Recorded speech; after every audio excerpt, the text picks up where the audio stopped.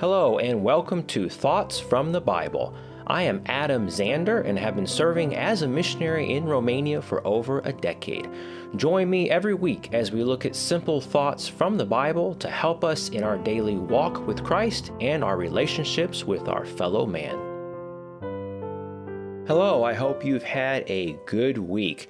I am enjoying a nice quiet day studying and recording this program. It is very, very cold outside, so it's nice to work inside. That is one of the blessings of working from home. One of the things I am trying to work on is managing my time better this year. I think this is something we all work on in our life. If possible, I like to be organized and have a schedule. However, since the birth of our first child, that has been a much bigger challenge, especially since I work from home. But I am slowly getting better at organizing my time.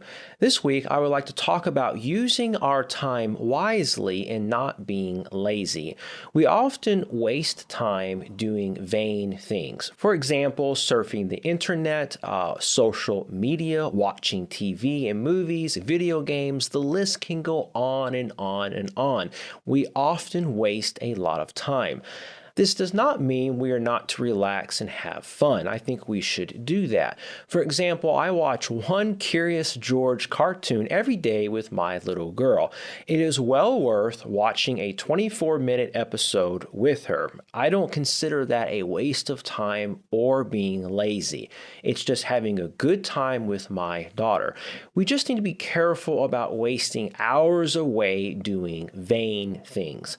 Let's read our verses from the Bible for today, and let's see what the Bible says about our time. The Bible says in Ephesians chapter 5, verses 15 through 17, "See then that you walk circumspectly, not as fools, but as wise, redeeming the time, because the days are evil. Wherefore be ye not unwise, but understanding what the will of the Lord is." And then in the book of Colossians, chapter 4, verse 5, "Walk in wisdom toward them that are without, redeeming the time."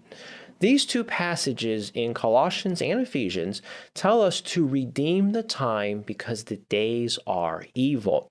The time we have lost is gone. It can never be recovered. The time we've wasted in vain, empty activities is gone forever. Time is one of the most valuable things God has given us, and the clock is ticking. We only have so much time. To be precise, we have 365 days in a year, or 52 weeks, 24 hours a day, and 60 minutes per hour.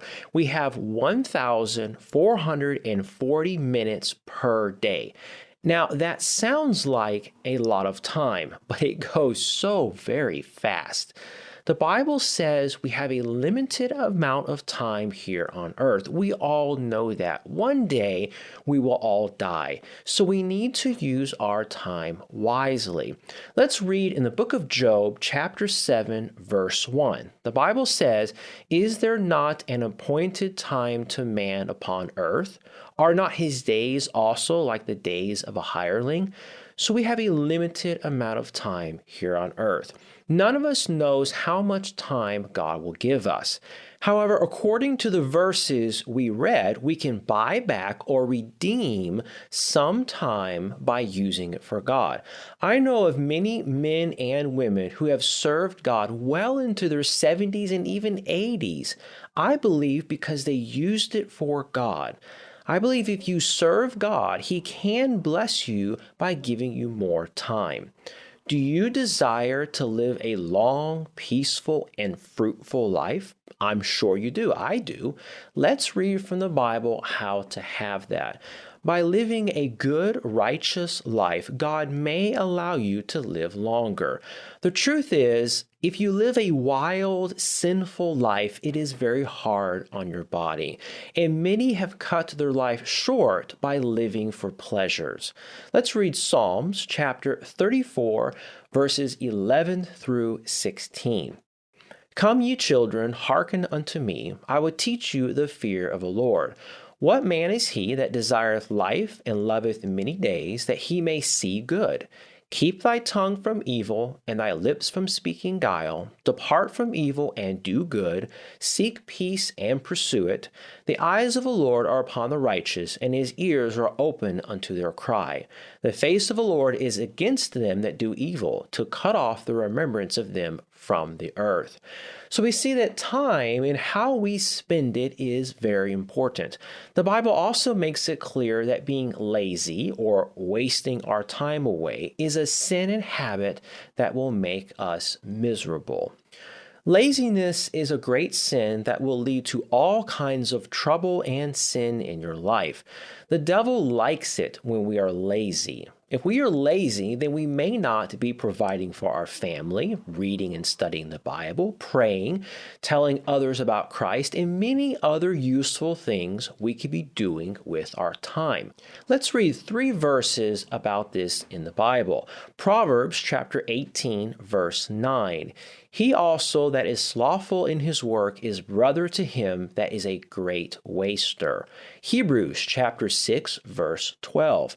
That ye be not slothful, but followers of them who through faith and patience inherit the promises. And then in Romans chapter 12, verse 11, not slothful in business, fervent in spirit, serving the Lord. So it's clear that the Bible teaches us not to be lazy, but to use our time wisely, to be busy doing something. If you are lazy, then you are a bad testimony or example. A Christian should not be lazy. Even those who are not a child of God know that they should work and provide for their family. They know that every person should be busy with something.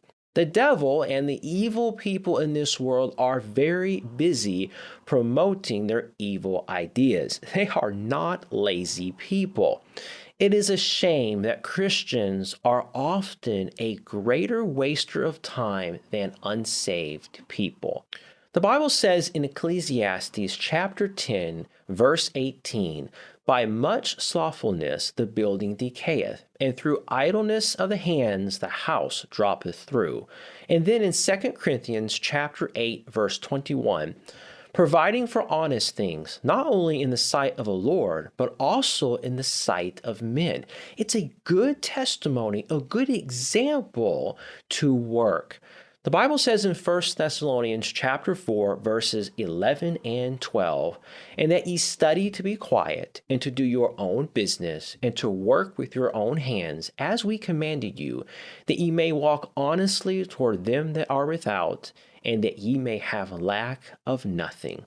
1 Peter chapter 2, verse 12 says, having your conversation honest among the Gentiles, that, whereas they speak against you as evildoers, that may by your good works, which they shall behold, glorify God in the day of visitation.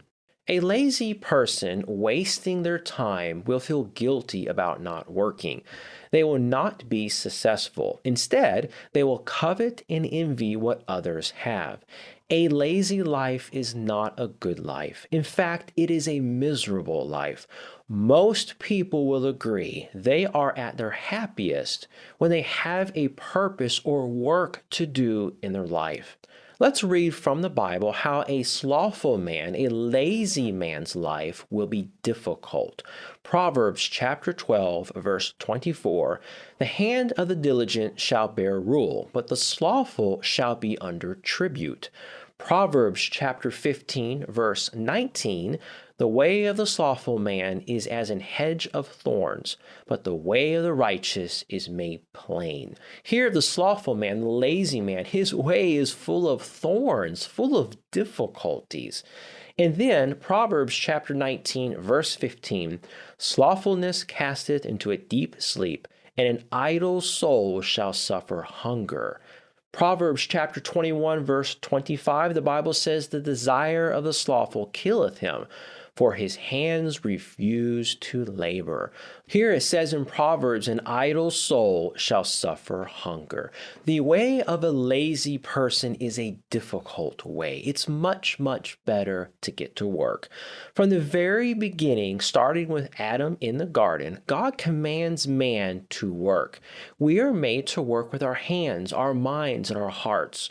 Work is good for us and will keep us from sins and many other kinds of troubles. God expects us to be busy. He expects us to serve Him and to work to provide for our family and be able to give to others. Let's read 2 verses from the book of Genesis about working. Genesis chapter 2, verse 15.